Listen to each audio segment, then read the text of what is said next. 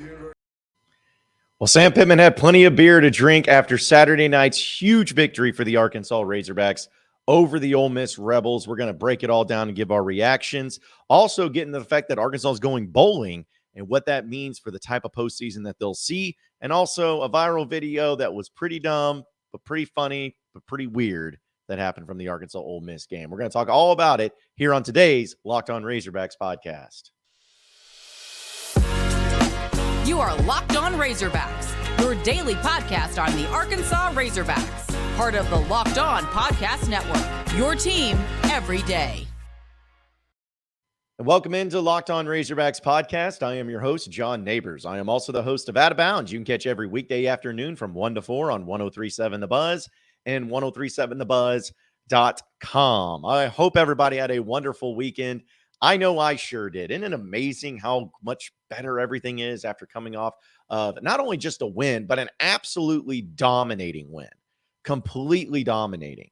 And the fact that it was Arkansas's final game in Fayetteville this year, it was senior night, it was bitterly cold, but had a great crowd, and it came against the Ole Miss Rebels and Lane Kiffin, makes it all just that much sweeter. Where Razorbacks are officially bowl eligible. They are 6-5 on the season with one final game left, and it's got to feel good at least coming off of a great performance like that. Now, there is a lot of things that we're going to try to take away from this game and try to break down some of the things that ended up happening or some of the things that really stood out.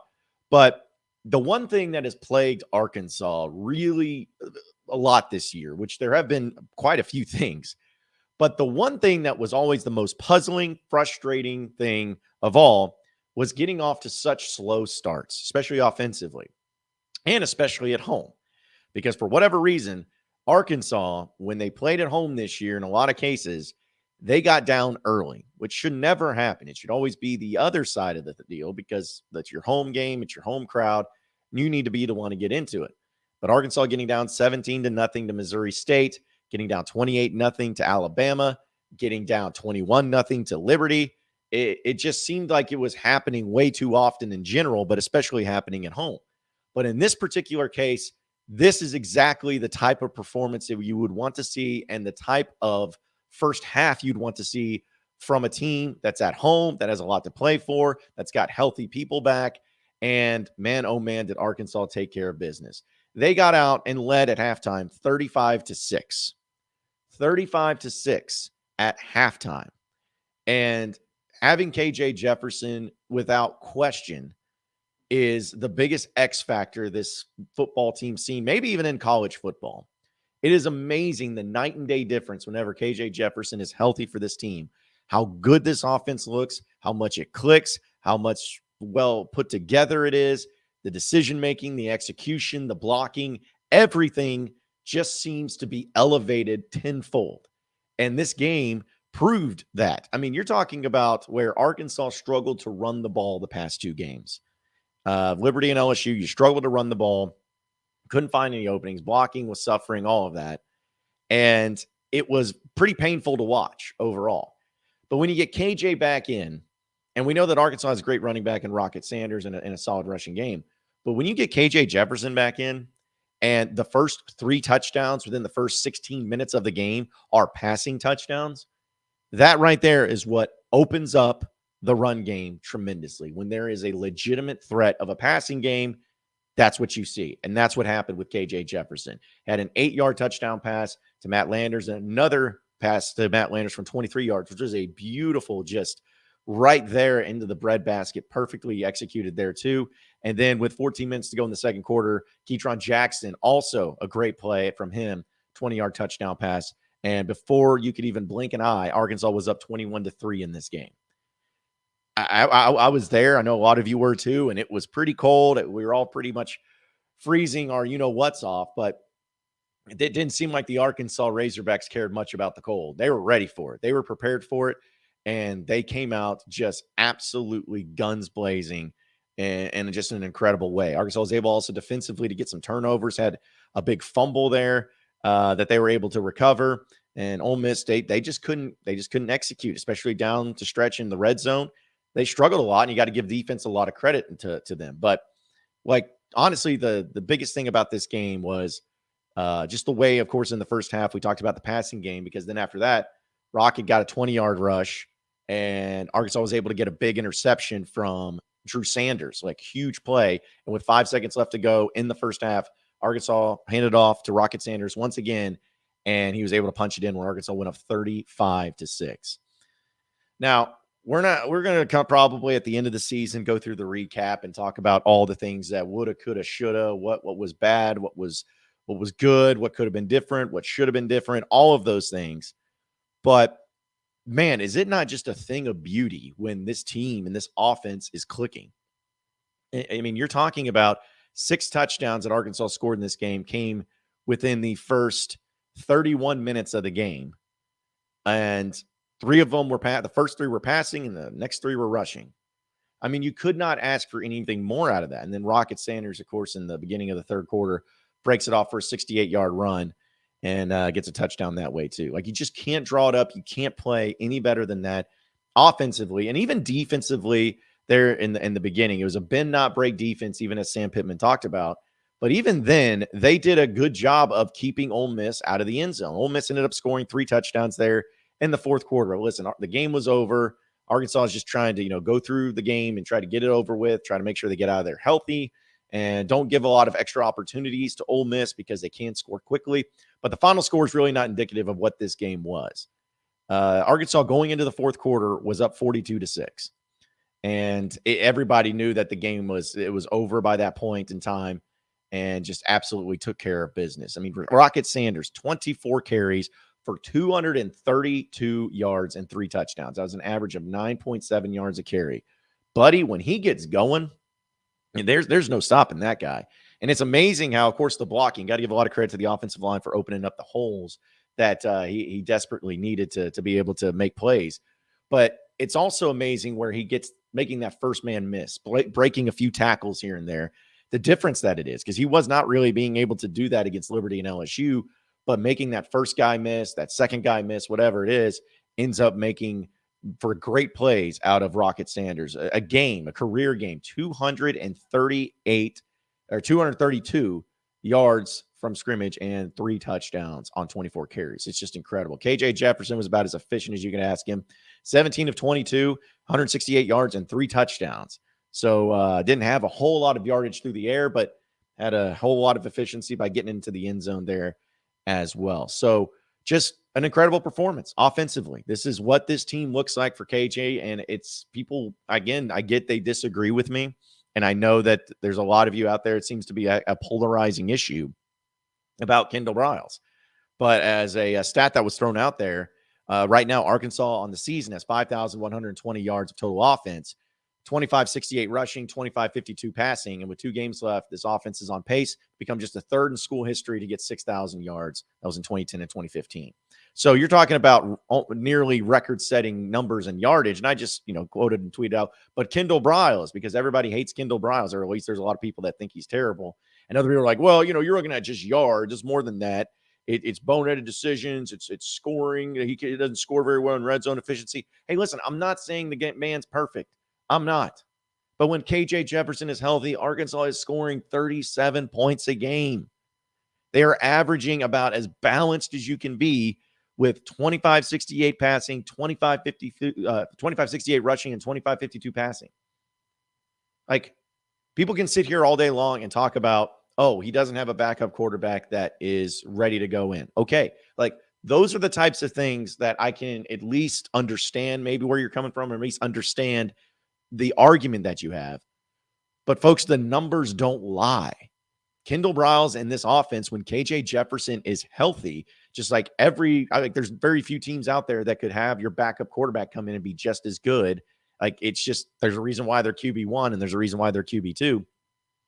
But the way that this team has been able to be balanced, scoring, being able to put it all out there whenever KJ Jefferson is healthy is an incredible thing. And so I just don't think, and I don't see the angst against Kendall Briles. Like, no coordinator is perfect. Like, Barry Odom's had a tough stretch in this year too. I mean, for crying out loud, Arkansas took care of business, but Ole Miss got over 700 yards of offense. 700 yards of offense. Like, that's insane. So there's been things on the defense that has been problematic. I still think they've been as good as you could ask because they're bending and not breaking and helping out the team win. But the thing is that this offense clicks when KJ's there, when everyone's healthy, it works. And not only does it works great. And so I just don't think that, chalking it up and saying, well, Kendall Briles, if he needs to leave, because as soon as he leaves, then we can start being better as an offense. Then we can start winning more games. People are even trying to pin like the last 2 games on Kendall Briles against Liberty and LSU. And I'm like, no, not having an healthy KJ Jefferson is why you lost those games. It's just the way it is. So I understand it. People can disagree. It's fine. It's just my opinion. You have your opinion. That's what makes this fun. We can all disagree. But you can't see a game last night and look at what Arkansas can do with a healthy KJ Jefferson and tell me that there's not a distinguishable difference in success. And whenever he is on the field and healthy, this offense is dadgum near unstoppable. It's hard to stop no matter who they're playing. So that's my thing. Again, I may be just trying to be confrontational. I don't know how you want to look at it, but I just really believe that Arkansas has done such a good job, and Kendall Briles deserves a lot more credit than what he's been doing, especially in this game too. So, folks, if you thought about securing your home with home security, but you may have been putting it off, you might want to listen up, because right now, all you Locked On Razorbacks listeners can order the #1 rated SimpliSafe home security system for just 50% off. This is their biggest offer of the year, and you won't want to miss it. And here's why I love it. Anytime I'm gone, I feel safe. Anytime I'm at home, I feel safe. No matter where you're at, no matter where you live, you're always going to feel a lot more protected and a lot more safe whenever you have SimpliSafe on your side. And a lot of you may be traveling for the holidays. Maybe you're leaving for Thanksgiving. Maybe you're going to be gone for Christmas, whatever it may be.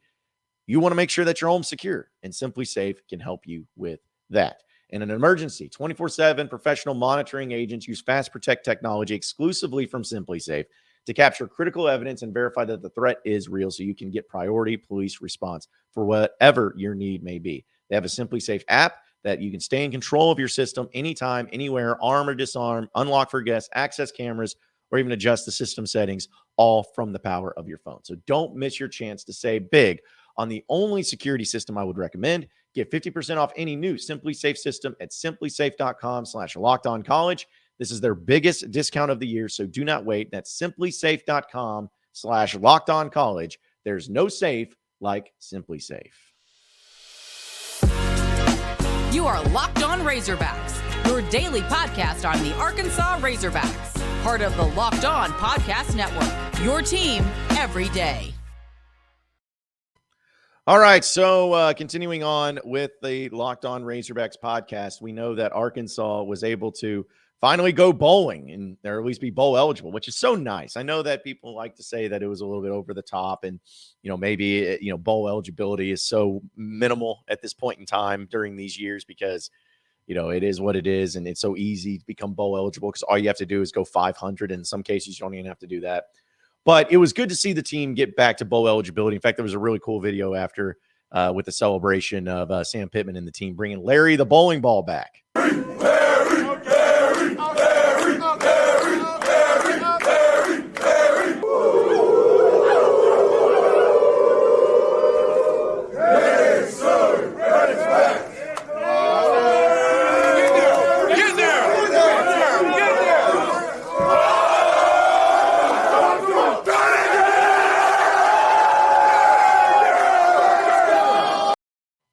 So a cool little celebration there. I know it meant a lot to Sam Pittman and a lot to the team. And it's good to see because, everyone looks at it and says, this should be something that everybody should be expecting every year.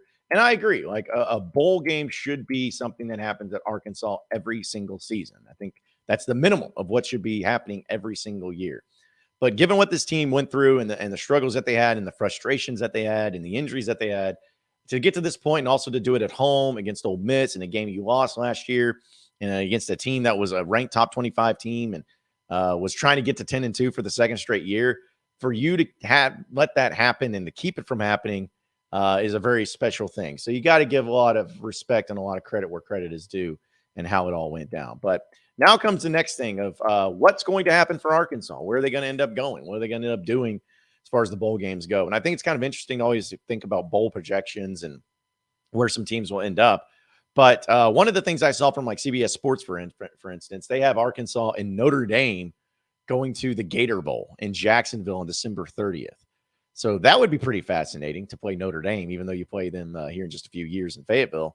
But to have that game in a bowl game, it would be a marquee opponent, and it'd be on December 30th, be at 3:30 p.m. So, Jacksonville's not too bad. I've been there once before for the NCAA tournament. It's not such a bad place. So I think that would be pretty fun to be in. The other bowl games that I've seen as far as projections go, and because, again, a lot of people just are throwing some of these out there. It's not anything like as far as, oh, well, they know for certain here or anything like that.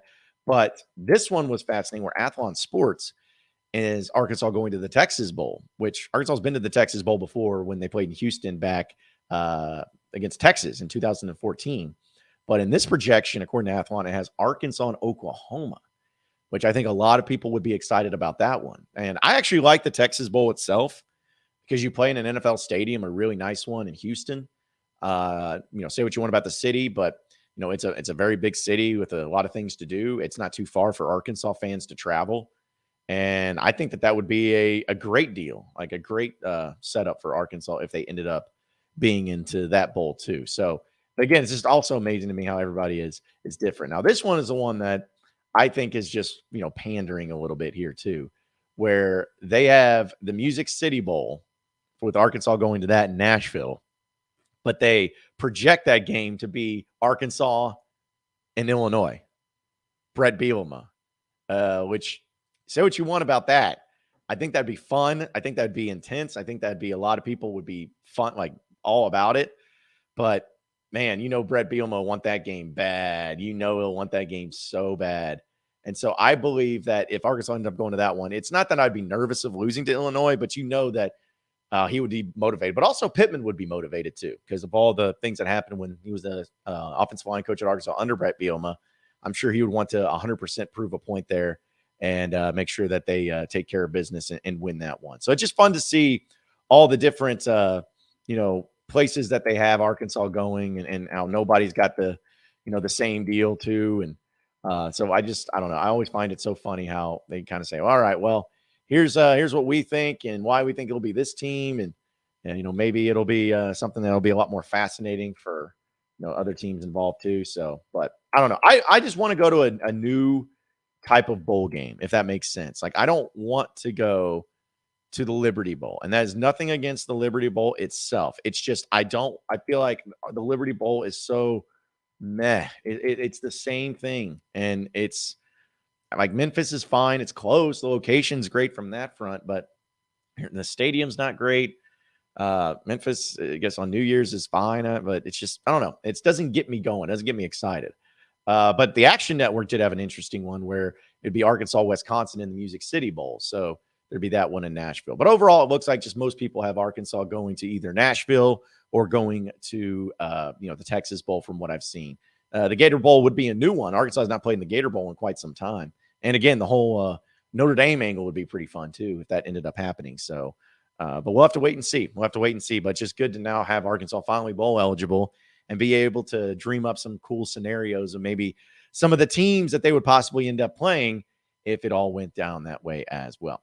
Folks, our partners at Nissan have worked with us to create a new segment across the Locked On College Network titled Thrilling Moments, where we highlight the most exciting play from the Razorbacks this past weekend or throughout history of the alma mater. And this week's thrilling moment from the Razorbacks have to come with Rocket Sanders. And this past weekend where he busted out that long run and was able to get Arkansas up 42-6 and cap it off of having an over 200-yard performance. Just electric, just incredible performance out of him. And it's crazy because obviously Arkansas and Ole Miss had three 200-yard rushers in this game, as Ole Miss had two 200-yard rushers, which is just an absurd thing when you really start putting it all together of like, how does that happen? But you got to give a lot of credit to the offensive line for Rocket Sanders and the fact that he was able to find those creases and still go and still continue to have one of the best performances you will see in college football. He now has 1,379 yards this year. He has 10 touchdowns on 209 attempts, which is he's averaging this season on the ground, folks. He's averaging 6.6 yards a carry. One of the best running backs in the country, Rocket Sanders, and had another great moment over the weekend against Ole Miss as well. This segment has been inspired by the thrilling new designs featured across Nissan's new lineup of vehicles. Pursue what thrills you in the all-new Frontier, Armada, or Pathfinder today. Available online now at nissanusa.com. You are Locked On Razorbacks, your daily podcast on the Arkansas Razorbacks, part of the Locked On Podcast Network, your team every day. All right, so continuing on with the Locked On Razorbacks podcast in our final segment. So this is a video that went pretty viral after the game with Arkansas and Ole Miss, and it's a lot of people had reactions to this, but I'm going to just play it for you, and so you can have the reactions where it looks like some sort of fan in the stands of Razorback Stadium steals an Ole Miss player's helmet. Run! He's coming! Run! He's coming! Run! Razorback fans, thank you so much for being here tonight. Okay, so first off, let me just clarify. Let me just say that's dumb. Don't steal people's stuff. Don't steal helmets. Don't do that. Like that's a dumb move. No matter who you are, no matter who the fan is, no matter who the other team is, that's a dumb move. It's a punk move to steal people's stuff. And especially if it's the other team, especially if it's a helmet, you don't have the authority to do that. From what I understand, he got his helmet back. So that was good to see. So I don't know if they arrested the guy. I don't know if he just dropped it and kept running. I don't know. But he did get his helmet back. So that was it. So that's dumb. But the second thing is I'm like, okay, so what's the end game here? Because if you steal the helmet, it's not like you can be incognito with carrying a helmet around. It's not like you can just stuff it in your pocket. And people are going to see it. They're going to be like, okay, yeah, 100% you're not supposed to have that. Where did that come from? And that's going to be problematic in that front. So I think that was a dumb thing about it too. But I'm not saying that it's fine. Again, I disagree with it and it's dumb. But it is a little, I do get a chuckle out of it just because of how dumb it is. It's like, what did you think was going to happen? You went and stole an Ole Miss player's helmet. And they just ran up the stands and tried to get away with it. Somebody was trying to tell me, though, that there may be it may be actually an Ole Miss fan that did it. It's hard to tell from the video whether or not they're a Razorback fan or not, which, I don't know if that makes it better or worse or any different, but still, it's just not really good look to have that at the end of the game. But, this league, man, the SEC just means more when people are doing stupid stuff like that. Kids do stupid stuff. And especially when they have a little bit of liquid courage in them, they do even more stupid stuff. So but again, I understand you should not do it. It should never happen. Don't steal things. That's a bad look. But at the end of the day, nobody was hurt. Nobody was harmed. He got his helmet back. So there's no reason to just, say, give him the electric chair. It's just something that dumb kids do. And if you watch that video, you can't at least kind of crack a smile and say that's really dumb, but also kind of really funny. But either way, it's good. It's good to have an Arkansas victory once to talk about it, and a really nice victory, and especially to beat the Ole Miss Rebels. Feels really good. Appreciate everybody listening in to Locked On Razorbacks podcast. Be sure to like and subscribe to the podcast on iTunes or on Google Play. You can also get after me on Twitter at BuzzJohnNabors for any questions, comments, concerns that you may have.